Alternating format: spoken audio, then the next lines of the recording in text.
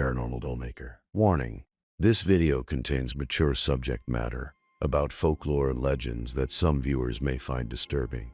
Viewer discretion is strongly advised.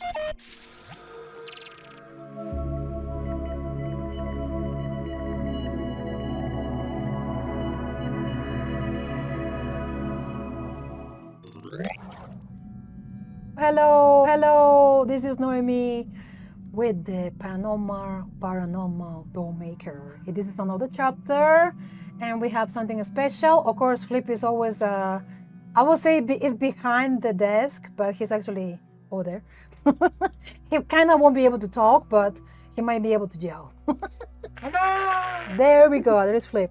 So today we're having tales about the Bruja, that you can see the origins of this Mexican, some people might call it a fairy tale, but for what I have captured of this is not really quite that. But anyway, we also have a special guest. This is going to be like a campfire story, and we have our local friend here, David. Can you tell us a little bit, introducing a little bit about you? Sure. Hi there. Thank you, first of all, Flip and Noemi, for inviting me to your podcast, and looking forward to diving in. Nothing super special about me other than I love technology, and I think super special is that you travel all over it. Yeah, I do. I'm a nomad, a gypsy soul at heart, and I've been doing it probably at least 75% of the year for the last 10 years. I have an Airstream that I travel around in, and I just go to different places, and I'm here in Cloudcroft hanging out with my friends. For the time being. Yeah, and they invited me over here to come do this and share some of these stories. Some people may call them myths, legends, lores, who knows, so.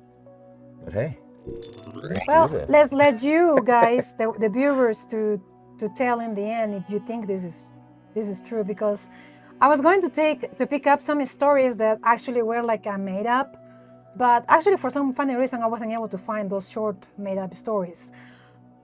Every story that you're gonna hear in the broadcast, it was brought for real viewers.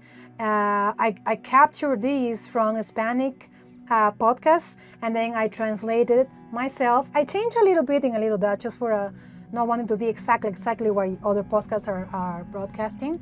But these are tales from people, from real people actually, and we will let you decide if you rather believe or not. But in here in North America, I was thinking probably you don't know of the many cryptids and creatures that come from the culture in Mexico, South America, Central America, and of course the Nordic places too. We have our local creatures. Yeah. No? Which one can you tell just by the eye? The North American cryptids, the more famous. Well, Sasquatch maybe, Bigfoot. 100% is American. Mexico, I'd go with the Chupacabra. That one traveled from the Central Mexico to South America, Central, and North America. That's why it was sightings of them also here in North America. Gotcha. So, yep. One thing I want to say, just for clarification, I hope this is okay, because I would imagine a lot of the viewers are going to be American. So maybe this first story, when we read the title of it, maybe you can describe or explain what that word is, the last word of that title. Oh, yeah, he reminded me. Because that's going to be really important, I think. Yes. It may be lost on some people if we just read and stuff. So this is from the many cryptids and creatures, sort of fairy tales from Mexico. We picked today the first our topics. It's going to be what is called a bruja. The word bruja in English translated as witch, and we all know what a witch is, in the sense is the lady who read the tarot, is the lady that can foreseeing, talk to spirits, a medium. What is the most thing to tell about the witch here in the United States? Maybe they, at least I think most people's perception is that They can cast spells. They may cast spells on you. Some people may have, good witch versus bad witch. They may be evil, but there's also the good stuff as well. So, Okay, to define the two difference between the creature, because the creature is called a bruja, and actually should be called a vampire. Ooh. Because that's what the creature is. Nothing to do, most likely, because many brujas, the creature, many brujas perform as a witch. Right. They do herbs, they do healing, Right. they do cursings and all of that. They do perform as a witch, but is not really a human. Yeah. It's not really a human. So, to not have it confused with your tarot reading witch, we are going to call it straight bruja. Bruja. So you will know for sure, at least for this chapter, that we're talking about a creature, not your tarot Yes, healer. not your stereotypical. Spelling, Yeah. is different. Yeah. They're kind of similar because they kind of share the same. They do the same. The creature in the human form, they behave just like a normal human being. Everybody, even our tells that she was the sweetest old lady in town. She even helped back in those years as a maiden. What's the lady's name that helped during birth? Like a doula or a... There's another word. You're talking about midwife? Midwife. Yeah, midwife. Yes. Yeah. They will even say that, she was the midwife Yeah. of town. She helped bring babies. She helped with the delivering of babies back in those years where in these little towns in Mexico, there were not easy access to an hospital. Yeah. And you just have to have your baby in your home, with people helping you. Even things like that. So it's like a normal thing, like a normal human being. Yeah. You cannot, it's not like a regular vampire. You cannot bite and then turn somebody else into a bruja. You cannot drink or do a ritual and turn into a bruja. A bruja is a bloodline heritage. Yeah. I was looking for the word. It's only a bloodline heritage. Yes. Okay, here we have a little bit of a concept, okay? Okay, why don't we go to our first story? Enlighten us, please. All right. Well, the first story that I'm going to read is called "My Wife Was a Bruja," and this is from Caborca, Sonora, and it's from the 1960s. So that's like a long time ago. In the 1960s, in the quiet town of Caborca, lived a man named Franco. He and his wife were a young married couple with no children. Something unusual for that time, though no one dared ask why. Franco was a hard-working man. Every day he returned home precisely at 6 p.m. His routine never changed. He would sit down, tired from work, drink a cup of coffee with cookies, and watch television while his wife prepared dinner. She always cooked delicious meals, and they ate together in peace. Everything was normal until one day he came back with a stomachache. That evening, the smell of the coffee unsettled him. When his wife stepped away for a moment, he quietly poured it down the sink. He didn't know why, only that something inside him resisted drinking it. That night, he couldn't sleep. Suddenly, he felt movement beside him. His wife slowly sat up in bed. Franco kept his breathing steady, pretending to be asleep. He expected to hear the bathroom door. Instead, he heard the house door open. A long, slow creak. It was the back door. Carefully, he got up and moved toward the window that faced the backyard. And what he saw made his skin crawl. Under the dim patio light, his wife walked into the yard and sat down on the dirt. Her movements were stiff, unnatural. Then she reached down and grabbed her leg. At first, Franco thought she was stretching, but then she pulled. There was a faint tearing sound, and she removed her leg. Completely. She placed it gently on the ground beside her. Franco felt his body go numb. She took hold of her other leg and did the same, as if she were removing stockings.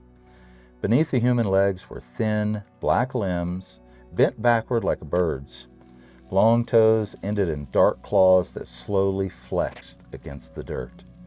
She stood up on those inhuman legs. Then she picked up her human legs and walked toward the bushes, hiding them carefully among the shadows.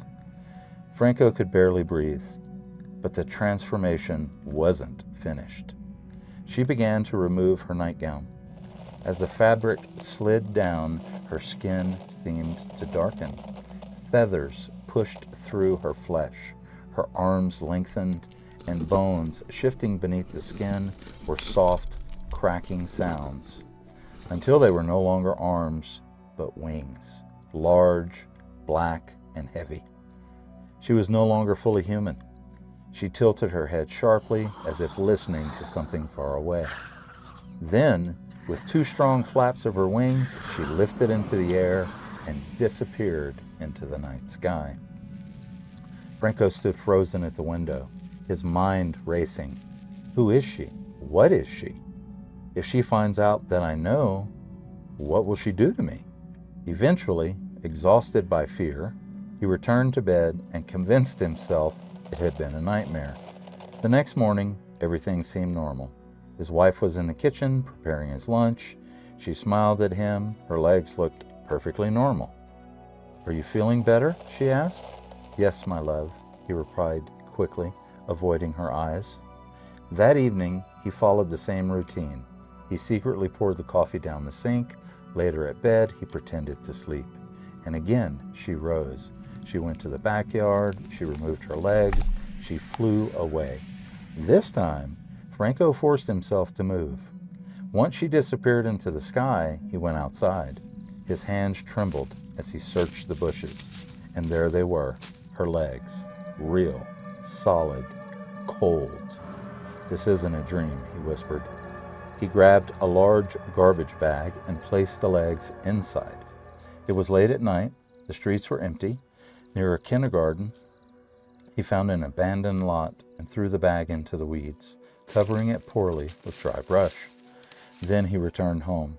The next morning, his wife was still in bed, completely covered by the blanket. "Love, aren't you going to make breakfast?" he asked, touching her gently through the covers. "I'm not feeling well today," she replied softly. "Please make it yourself." Her voice sounded strained. He went to the kitchen, but Franco's fear turned into determination. "It's her or me," he thought. He returned to the bedroom. "Won't you say goodbye with a kiss?" he asked. "I'm sorry, I can't," she said. Then suddenly he grabbed the blanket and pulled it away. There she was, half woman, half bird. Feathers covered her body. Black talons rested where legs should have been. Her wings were folded tightly against her back. Her eyes were wide, dark, and unblinking. For a few seconds, they stared at each other in silence. Franco, shaking, spoke first. "I know what you are, and if you want your legs back, you better not hurt me." She said nothing, not a word. Franco ran to his neighbor Mateo and told him everything. Mateo listened, pale and speechless, but he believed him. When they returned to the house, the creature was gone. Franco quickly gathered his belongings and left the town that very day. No one ever heard from him again, nor from his wife. The house remained abandoned, but the story does not end there. Days later, children from the nearby kindergarten were playing and crossed into the vacant lot. Moments later, screams filled the air. The police were called. Inside a torn garbage bag, they found 2 human legs. To this day, the story is told by Mateo's son. Mateo was the neighbor who helped Franco back then. And some people in Caborca still say that on certain nights, something large can be seen flying silently over the desert sky. Boy, that was creepy, huh? Can you imagine if you were the husband? Yeah. You've been living with this thing all your life, and you eat and you love, and this woman thinking she's just like anything else, no, and bad. and then you learn that it's actually something.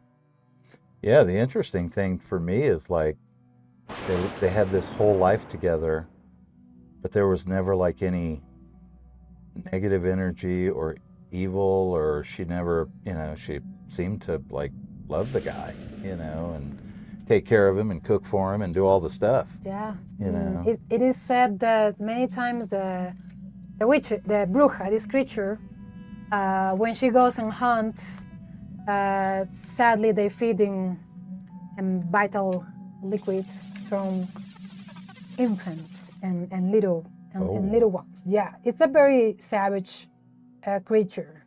That's what I want to make it very distinguished. It's not a witch. Right. It's this creature. Gotcha. It's more like a vampire. I don't know why they ended up calling it bruja, which I don't know why they ended up calling it bruja, because they should have been called.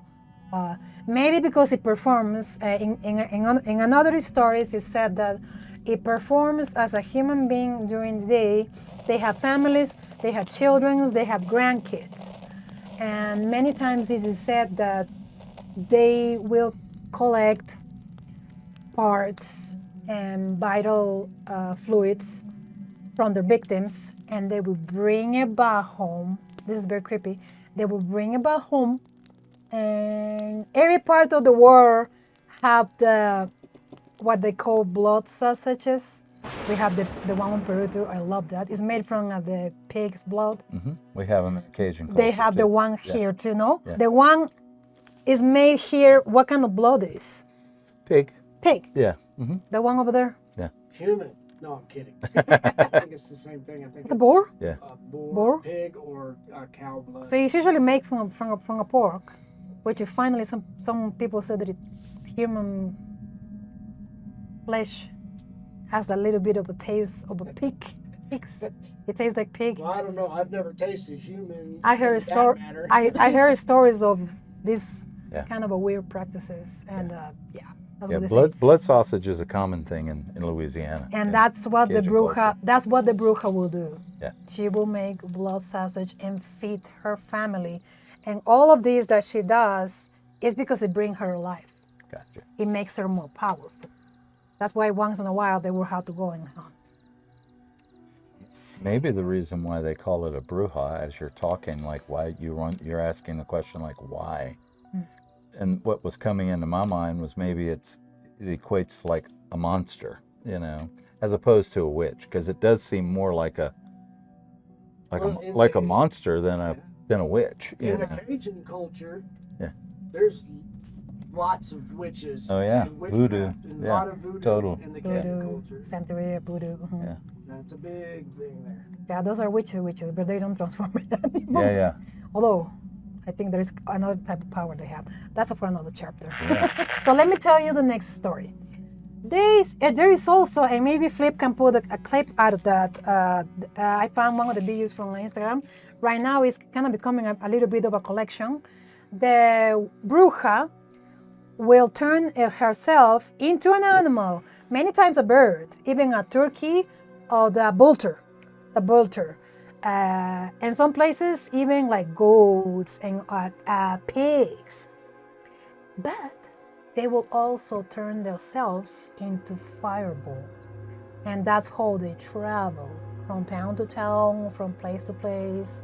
Or when they do also their meetings coming from far away. So many times, these stories have been told for many years back in Mexico about the fireballs in the sky. And they see it.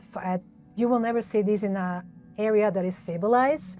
It's always back there with the country areas, green areas, a forest. Many times where people never been there, there still is like a secluded forest. In places like that is where you will see them.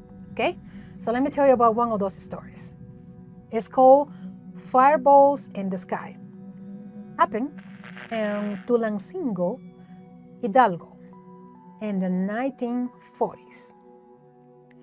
In 1940, on a lonely community of ranches outside Tulancingo, there lived a family with two little girls, one 9, the other one 7, and a newborn baby who had not yet being baptized. They were waiting for the godparents to arrange the ceremony and try to gather more gifts, and they always try to gather more money and something that is good to save for the baby when it's growing up, That's a custom many places in Hispanic, South America. I don't know about North America. Do Catholics. they have the godparents or something like absolutely. that? No? Yeah. Okay. Yeah, the Catholic culture is, The which is, yes. a So lot of Hispanics. it's pretty much yeah, a it's the same. custom everywhere, Yeah, okay? it's the same. Most likely from the Catholic Church, I will say. It is. No? It Yeah. is. In my country, 100% from the Catholic Church. There it are is. parents and nannies in the Cajun culture, which Yeah. is, the Okay. godfather. So there you go, everywhere. In those days, people believed something very trusty, very firmly. And an unbaptized, not a baby that is not being baptized, must never be left unprotected, physically and spiritually. Every weekend, the parents, because they live in a far away from town, I think they had to travel a couple hours to go from their place to town to get food and stuff, provisions for the week. And every weekend they will go. This time they went. They took the baby boy, the new baby, with them and led the two little girls taking care of the house. They were busy in the kitchen grinding corn masa. The house smelled of smoke and warm dog. I can imagine that. Outside, the wind moved quietly through the pirul trees. Pirul. I don't think we have that tree in here. It's a very known tree in Mexico. Pirule. That afternoon, the younger sister began to fall asleep just in a little chair while she was watching the stove. Rocked gently by the soft heat of the wood-burning stove. The older girl wandered towards the window. That is when she saw it. At first, she thought a tree in the distance was on fire. A strange, kind of like an orangey glow, flickered between the branches. But then the light lifted off. It wasn't a burning tree. It was a ball of fire. It hovered, it pulsed, and then it moved, slowly at first, then quicker, gliding from one tree to another, as if something inside it were stirring it. It drifted across rooftops, dripping low, rising high, not like smoke, not like flame, like something alive. The girl felt no fear, only fascination, the first time they'd seen something like that. It's pretty, she thought. When her parents returned, they carried the little sister, the one who fell asleep on the chair, they carried her to bed. Then the older girl ran to her mother and described what she had seen. The flotating fire, the way they jump from tree to tree. Then the mother's face drained out of color. She went straight to her husband and was like, "Get ready," she whispered. "The Bruja is out." They began immediately. Prayers, protective rituals, holy images placed near doors and windows. They burned herbs, they sealed cracks. They knew the old stories, that Brujas travel as balls of fire at night, searching especially for babies who had not yet been baptized. That night, no one slept. The parents, of course. The mother held the baby tightly against her chest and prayed without stopping. The father stayed awake, or at least they tried the best to stay awake, listening to every sound outside, because it's well known that this creature can turn into mist, can make you sleepy. That's their goal. Knock down the parents so they can have access to the baby. Every rustle of leaf, every distant dog barking, they try to be awake. Once or twice, the wind howled through the trees in a way that did not sound like wind at all. But dawn finally came. As soon as the sun began rising, they prepared to leave for church.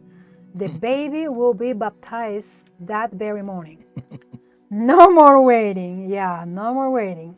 They could celebrate afterwards, for sure. But just as they stepped outside, they heard screaming in the distance. It followed them to the relatives. I believe it was an uncle or cousins and relatives to them. A crowd had already gathered there. A mother was wailing, her voice breaking. Our baby, it's gone. The crib was empty. The door had never been forced. There was no signs of a struggle. At first, some men said it must have been an animal. The countryside was open back then. Coyotes roaming freely, pretty much at night. But the mother from this story spoke firmly. No, it wasn't an animal. It was not an animal. Last night, my daughter saw the fireballs in the pirul trees. A silence fell over the group.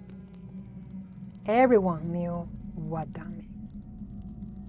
Then a man stepped forward. Come, he said, quickly.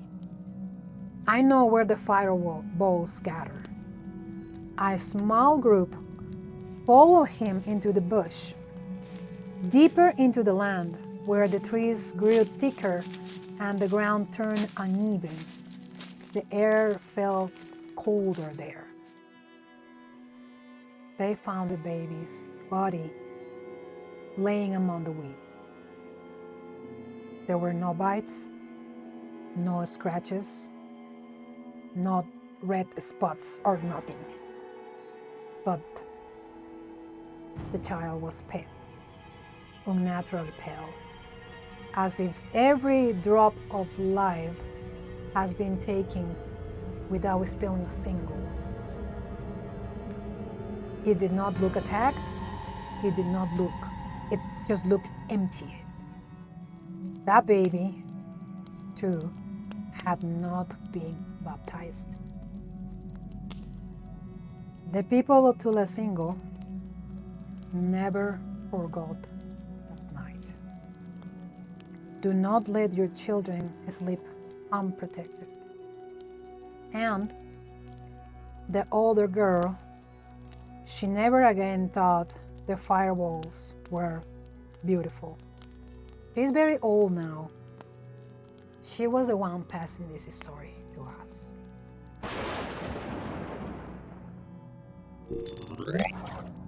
Boy, this creature is quite horrible, no? It is said that there could be something more evil in this world, that something that it goes against children and babies. I don't know. I think so, that there couldn't be something more evil in this world but the ones hurting the children. Yeah, because kids are typically defenseless. Yeah. At least adults can, try to defend themselves, but children are totally defenseless. Yeah, there is a said too that many times the vital life of the infants, especially infants, is used in horrible rituals. Not now, from centuries ago. That's very true also. Yeah. Well, let's go to our next story. We have David again, which I think is extra creepy for me. You will see it. Why? Okay, go for it. All right. The title of this story is The Pigs, a tale from San Miguel Perez, Oaxaca. Oaxaca. Like the cheese, Oaxaca Oaxaca. cheese. Oaxaca. Yes. Why do I always say Oaxaca? Oaxaca. Oaxaca. It happens. Yeah. Yeah, just go buy the cheese, Oaxaca Okay. cheese. Oaxaca. Oaxaca. All right, here we go. They say that in the hills outside San Miguel Perez, there lived a family in a small neighborhood and had a little ranch.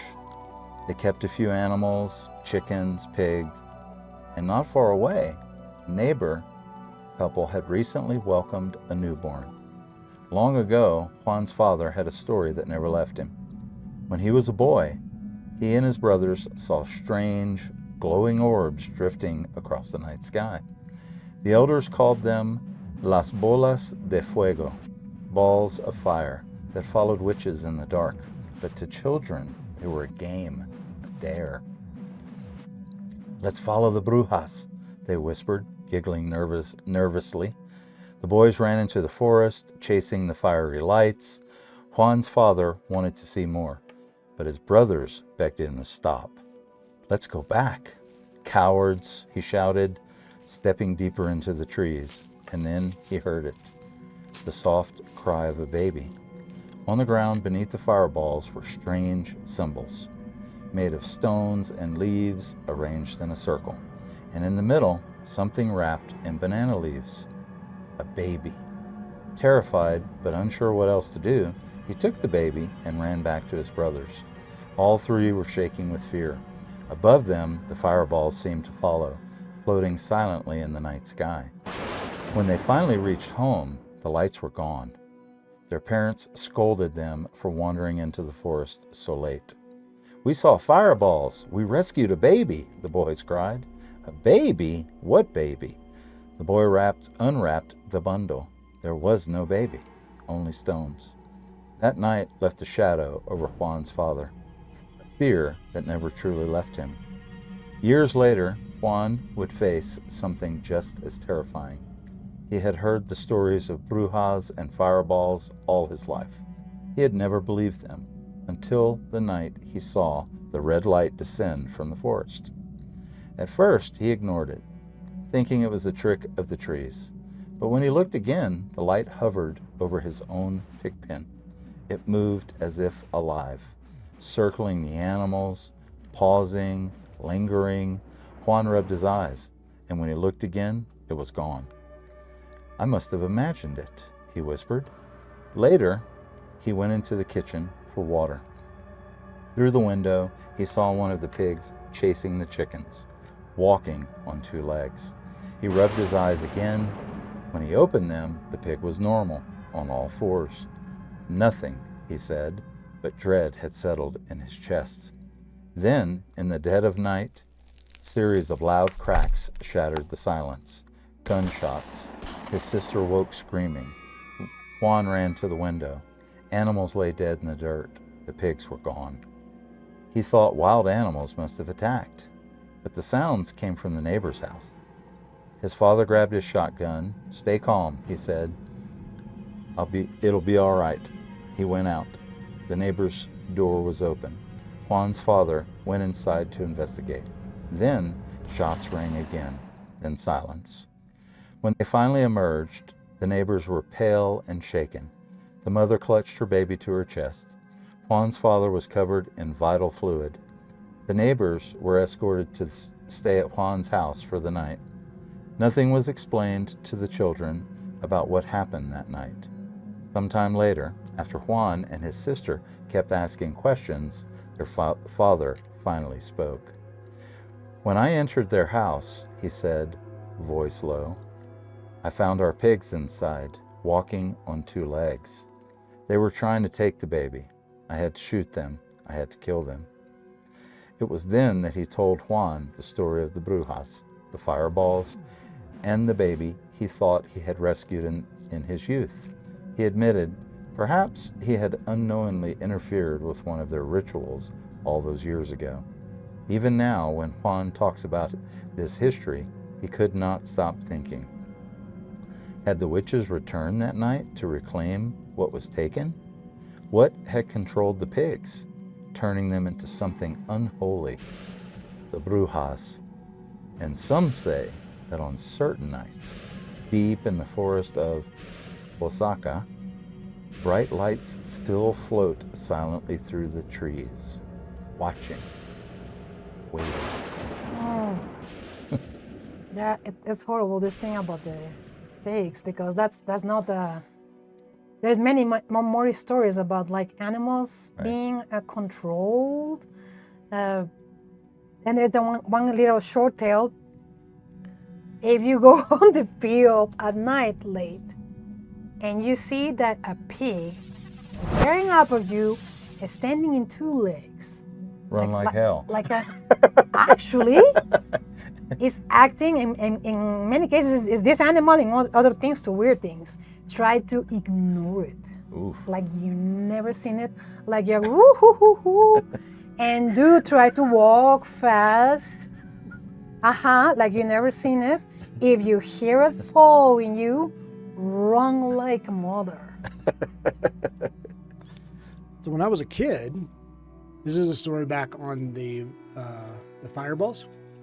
So when I was a kid living in East Texas, the power and everything had went out at our house, and I had woken up in the middle of the night with my mom. My mom saw it too, and we looked out the back window, and there was this fireball in the trees, and it moved on top of the telephone lines, and it was just scooting across the telephone lines to the next telephone line. Then it went down onto the top of our carports. All of our carports were metal and stuff. Then it went across through, went back up, and then super fast flew towards a transformer and exploded. Like it was something alive. Like something alive. Mm-hmm. And when it exploded, it blew up. I mean, it was amazing. It was the scariest thing I've ever seen as a child. It blinded us. It was a blinding light.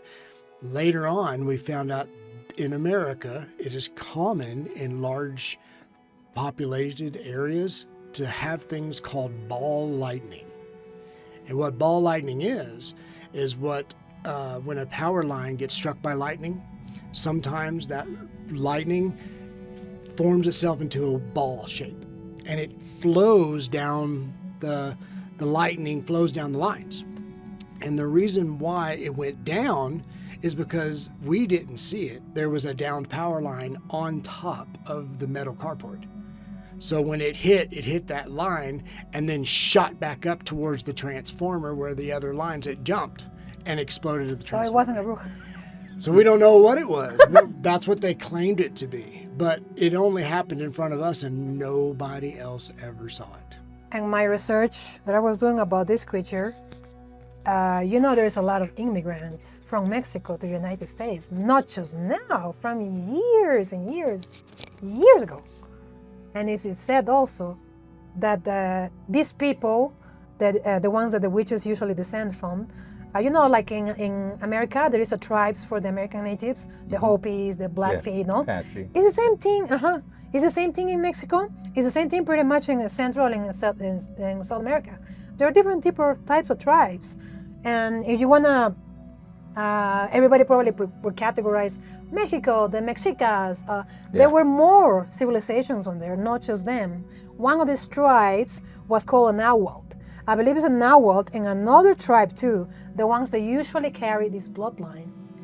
And is it said that back in those years, some people belonging to this bloodline, belonging to these tribes, they immigrate to the United States. So, well, I think my take after these stories and listening to all of this, Brujas are very different than perceived witches in the United States. definitely. Very, very It's different. a creature. Yeah, this is more like a... It's not even human. like a it just creature. looks like human. Yeah. It has like a shell, but it's not. I wonder, to me it seems more like the lore and the legends of the Chupacabra than like, actual witches in the U.S. and stuff. That's what I think of, because I think of the Chupacabra, the stories I've heard are more like these. Yeah, it's not well known. That's why I was trying to share here Yeah. with everybody here in North America. They can learn about that. And in these days. It's very common. You don't know how, this is just a couple of stories. There is a ton of stories that grandparents to great back passing these stories to their new generation. And even now, I've seen, probably he will be able to put videos before, recent videos with the phones. You can tell when it's a phone, and you can tell when it's AI, of the fireballs. Yeah. Even now. It has to be away from cities. It doesn't happen in cities, where the wild things are. Right. Yeah, extra creepy because of the pigs. That creeps me out greatly, especially because I like eating pig. Okay, the very, very last itsy bitsy story. How about that? How about that? Okay, Sonora, of course, is always Mexico. These tales are all from Mexico. This is some kind of stories about militaries, the military army from back in Mexico. Man, those boys, because they had to go to the forest and the jungle to do a special, what do you call them when they had to go and capture somebody or Operations. Operation. That they always had sent to special operations, and they always ended up being witnessing something creepy on the deep of the.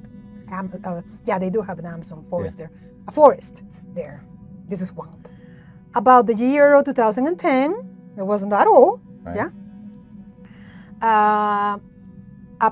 A group of the soldiers from the Mexican army was sent to the jungle where they were trying to find out the lands where they grow this wheat, you know? They were trying to find that area to eradicate it fully, okay? They found the place far, far away from civilization, and they proceed to safely, open up the space and burn the whole crops, okay? That's what you would usually do. I give them a rant. I know, yeah, you see those every single corner. Manuel and Oscar, the same thing as the other guys, all of the guys from the group, they were separated in teams of 2 to go and just clean everything else. Maybe they can find people, you know, the guys doing the harvesting thing, and to arrest them or whatever, seize them or whatever, okay? So everybody was developed into a team of 2. And this were the team of Manuel and Oscar. Okay, so they were just searching around this area where they were burning stuff on there, just to finish up their journey. And they walked pretty much far away from where the main center was. Everything was pretty much dark.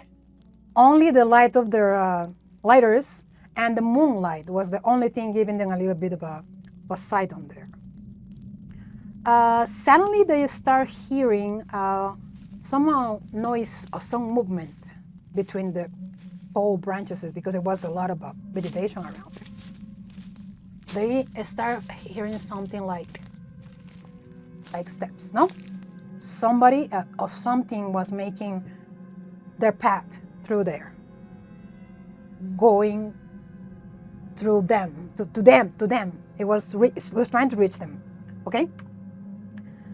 And then they just stood on their place, just waiting for anything to come. No, soldiers, ready. And then they saw it. It was a thing with the head of a bull. It had a head of a bull. It looked like a bull, but it was standing in 2 feet. It was walking in 2 feet towards them. It looked like a... Yeah, like a Minotaur. Yeah. Isn't that crazy? Yeah. Like a Minotaur. Because they couldn't give credit of the face. It didn't quite look like a bull, but it was standing up like a human being. Anyway, Manuel tried to point the gun to this creature because it was just like walking through them. Okay? And then Oscar quietly, just with signs, he didn't talk, he didn't speak. Just with signs, he told him like that. and the creature kept coming to them, but they noticed when it was closer, they noticed that it was kind of walking a little, like wobbling. And they noticed something else. The creature was blind. Because the first thing, I forgot to mention that, the first thing they hear was the breathing, the heavy breathing. And as they saw them close, he was totally guiding himself. He was blind. He was guiding himself like, with blind people, they became more sensitive ears and smelling. It was like trying to sense where he was going or what he was doing with the smell. And the man just tried to keep steady and quiet. And the creature actually passed by them, walking and wobbling and trembling. And they were like holding, like, Jesus. After that, well, it went away. Luckily, they didn't get harmed or anything else. The creature just went off and got lost on the jungle. After he pretty much left, Oscar told him, his friend, the one who was avoiding him from engage with the gang, do not waste your weapons. You will be putting your life in risk. This is something that guns cannot kill.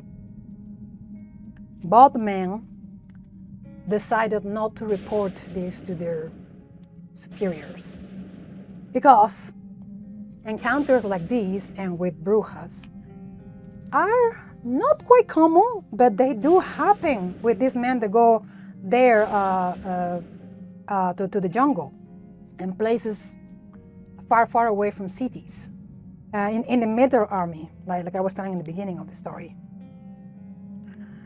So usually, because Minotaur men, they're trained to think straight and take actions when it's needed, and nobody's going to be believing you in fairy tales. I saw a gnome, I saw a centaur, I saw a witch. The opposite to that, when they used to tell this to their superiors or report this, they will actually punishment for lying. No, so that's why Oscar and Manuel decided to keep it to themselves. By now, of course I changed the names. By now this is just a story that after the time in the military, after they left it, there is a story that they tell to their kids and their grandkids and the new generations. Now this story, it will be an introductory for our next chapter. This is not a witch. This is more what is it called, the male witch. This is the Nahuatl. Is another Mexican cryptid. A Nahuatl is a creature which is usually a man. He started being a witch. He started being not a wizard. Warlock. Warlock.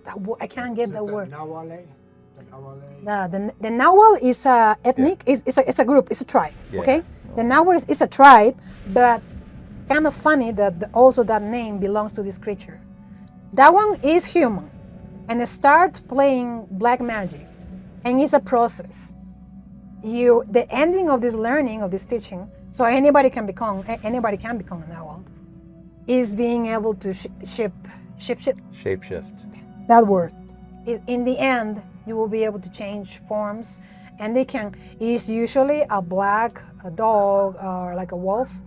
It's usually that, but people say that it could be anything. And also women can become Nahuatl. It's mostly men in this case, but that's our next script. Awesome. How do you like these stories? There's 1,000 more stories of the Brujas that I could totally translate it into English, and we can do a little show like this again. Let me know in the comments. Thank you very much, David. We really, really appreciate you being part of the show this time. Hopefully we'll have him in the future shows too. And that's it. Thank you very much for watching. Remember, you don't have to believe what we do, what we say in this show. You just have to believe what it makes you happy.